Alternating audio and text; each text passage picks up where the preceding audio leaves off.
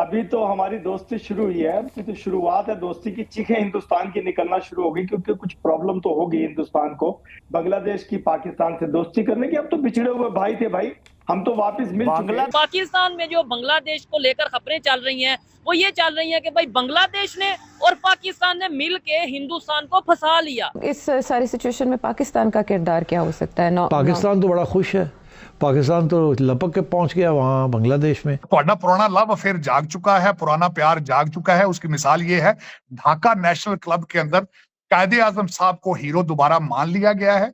उन्होंने कहा है कि जिना ना होते तो हम आजाद ना होते। चड्ढा समझाओ इसे, समझाओ। भिखारी भिखारी की हेल्प करेगा भैया, खुद को जो है खाने के लाले पड़े हुए भाई, पेट खाली है बेचारे का, और ये जो है लुंगी का हेल्प करेगा। भारत के द्वारा अब एक बहुत ही अग्रेसिव और डेयरिंग मूव लिया गया है। हमारे वेस्ट बंगाल में जो बांग्लादेश के साथ हमारा बॉर्डर है, वहां पर जो बीएसएफ की तैनाती थी दोस्तों, उसको अब जीरो लाइन पे मूव कर दिया गया है। भारत को कुछ दिनों के लिए इजराइल बनने की जरूरत है, और जैसे इजराइल ने हमास और फिलिस्तीन को पूरा उड़ा करके खत्म कर दिया, ठीक उसी तरीके से अब भारत को बांग्लादेश को चटियल मैदान बना देना चाहिए। आप कह रहे हैं कि मिलके फंसा लिया। जब पाकिस्तान और बांग्लादेश इकट्ठे थे तो तब हमने कब तक मिलके फंसा लिए थे? तब भी तो एक ही कंट्री था ना, तब भी बांग्लादेश अलग हो गया था। हकीकत है वो ये है कि ना तो बांग्लादेश और ना पाकिस्तान दोनों मिलके भी इकोनॉमिकली जो है ना वो नहीं पहुंच सकते इंडिया तक। चीमा साहब जुल्म ना करें। जुल्म खैर कर रहे हैं आप, किसी के ऊपर नहीं कर रहे, अपने आप पे कर रहे हैं।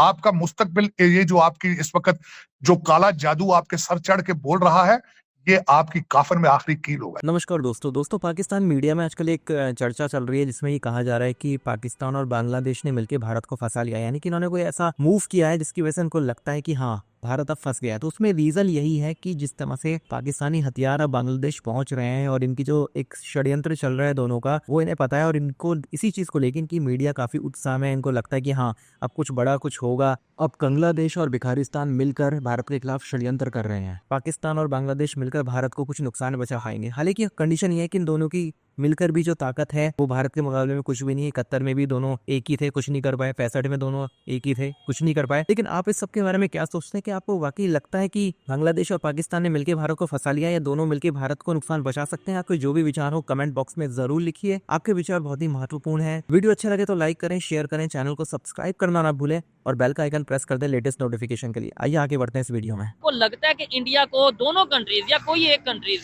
टफ टाइम दे सकते हैं इकोनॉमी में, टेक्नोलॉजी में, या मिल के भी? देखिए, अगर आपने तरीफे तुरफे करवानी है तो मैं कह देता हूँ कि पाकिस्तान बहुत आगे जा रहा है। लेकिन अगर आपने लेकिन अगर आप ग्राउंड रियलिटी की बात करें तो ग्राउंड रियलिटी ये है कि हम इकोनॉमिकली जो है वो कहीं करीब भी नहीं आते उनके। आप ये देखें कि वो 2025 के एंड तक जो है वो खबरें आ रही है वो चौथी लार्जेस्ट इकोनॉमी बन जाएंगे। ठीक है, और हमें क्या टेंशन है कि अगले 4 महीने में डिफॉल्ट ना कर जाएं। और आप कौन सी बातें कर रहे हैं जी कि हम ये कर देंगे? देखिए, जो हकीकत है वो ये है कि ना तो बांग्लादेश और ना पाकिस्तान दोनों मिलके भी इकोनॉमिकली जो है ना वो नहीं पहुंच सकते इंडिया तक। ना टेक्नोलॉजी में उनकी ऑटोमोबाइल इंडस्ट्री, उसके बाद उनकी जो सॉफ्टवेयर इंडस्ट्री, आप किसी का भी नहीं कर सकते मुकाबला। कान है ये 19-20 का भी फर्क नहीं है इन दो देशों में, और इनको मिलना भी चाहिए भाई। छोड़ दो, इनको मिलने दो। ये किसी का कुछ नहीं उखाड़ सकते। ये इतनी बेवकूफ जाहिल अवाम है ये दोनों देशों की कि मैं आपको बता ही नहीं सकता। असल में बड़ी बात क्या है, पाकिस्तान बांग्लादेश के साथ काफ़ी हमदर्दी क्यों दिखा रहा है? क्योंकि पाकिस्तान ने अफगानिस्तान में बहुत सारे लोगों को तालिबान बना कर अफगानिस्तान के अगेंस्ट जो है यूज़ किया। आज वो तालिबान जो है खुद पाकिस्तान के अगेंस्ट हो गए। अब अफगानिस्तान से इनको कोई फ़ायदा नहीं मिल रहा, कोई दहशतगर्द पालने के लिए कोई बच्चा नहीं मिल रहा अफगानिस्तान से। अब ये बांग्लादेश पे जाके कब्जा जमाएंगे, और बांग्लादेश के लोगों, तो पहले से ही दिमाग उनका आतंकवादी है, और बांग्लादेश के लोगों को ट्रेन करेंगे।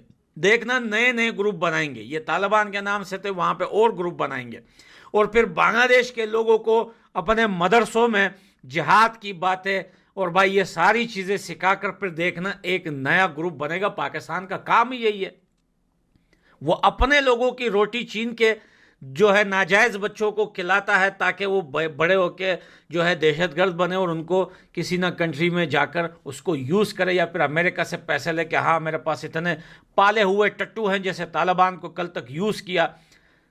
वैसे ही ये बांग्लादेश से लोगों को या बच्चों को मदरसों में पढ़ा कर उल्टे सीधे ब्रेन वॉश करके उनको एक नया ग्रुप का नाम देंगे और एक नया ग्रुप बनाएंगे। तभी इन लोगों को जो है हमदर्दी है बांग्लादेश से, नहीं तो बांग्लादेश से इन लोगों को क्या हमदर्दी है। इनको खुद को खाने के लाले पड़े हुए हैं, ये बांग्लादेश की हेल्प करेंगे, क्या हेल्प करेंगे बांग्लादेश की। भारत को कुछ दिनों के लिए इजराइल बनने की जरूरत है, और जैसे इजराइल ने हमास और फलस्तीन को पूरा उड़ा करके खत्म कर दिया, जैसे इजराइल ने हमास और फलस्तीन को चटियल मैदान बना दिया, जैसे इजराइल ने ईंट का जवाब पत्थर से दिया हमास और फलस्तीन को, जैसे इजराइल ने माँ के कोख का दर्द याद दिलवा दिया, छट्टी का दूध याद दिलवा दिया हमास और फलस्तीन को, ठीक उसी तरीके से अब भारत को बांग्लादेश को चटियल मैदान बना देना चाहिए, चटियल मैदान बना देना चाहिए। मैं आज से 15 दिन पहले तक मैं कह रही थी कि डिवाइड कर दो और एक हिंद देश और एक बांग्लादेश रहने दो, लेकिन अब जिस तरीके से ये छोटा हजूर और बड़ा खजूर जिस हिसाब से भड़काऊ भाषण दे रहा है, जिस हिसाब से आतंकी हरकतें कर रहा है और जिस हिसाब से खुद के मुंह से एक्सेप्ट कर रहा है कि वो हमासी है, वो फलस्तीनी है, तो अब ऐसे सिचुएशन में आदरणीय प्रधानमंत्री श्री नरेंद्र दामोदर दास मोदी जी को इमीडिएट हमारे 2 James bond doctor S Jaishankar और अजित डोवल जी के साथ बैठने की जरूरत है। मारो काटो हटाओ, इतना करने की जरूरत ही नहीं है। 2-4 ऐसा फेंको ऊपर से इजराइल की तरह कि एकदम चटियल मैदान हो जाए बांग्लादेश, और उसके बाद उसको बना दो हिंद देश। दैट्स इट, सोचने की जरूरत ही नहीं है। क्या होता था ये वाले बॉर्डर में, अगर मान लीजिए इस तरफ इंडिया है, इस तरफ बांग्लादेश है, तो दोस्तों हमारी जो बीएसएफ की फोर्सेस होती थी वो इस बॉर्डर से ऑलमोस्ट 100 मीटर की दूरी अंदर जाकर के उन्होंने अपनी तैनाती को किया हुआ था। इसके पीछे का मेन रीजन एक तो यही था कि जो बॉर्डर है वो यहाँ पर प्रॉपर डिमार्केशन नहीं थी, एंड दूसरी बात यहाँ पर जो अगर आप बॉर्डर के पास में जाएंगे तो यहाँ पर बिजली पानी की जो सप्लाई थी वो भी प्रॉपरली देखने को नहीं मिलती थी। लेकिन इस वजह से जो वहां के आसपास के फार्मर्स थे उनको काफी दिक्कत होती थी, बिकॉज अगर किसी फार्मर की फार्मलैंड यहाँ पे बॉर्डर के पास में भी है तो उसको उसके ऊपर खेती करने के लिए भी बीएसएफ से जाके पहले अनुमति लेनी पड़ती थी,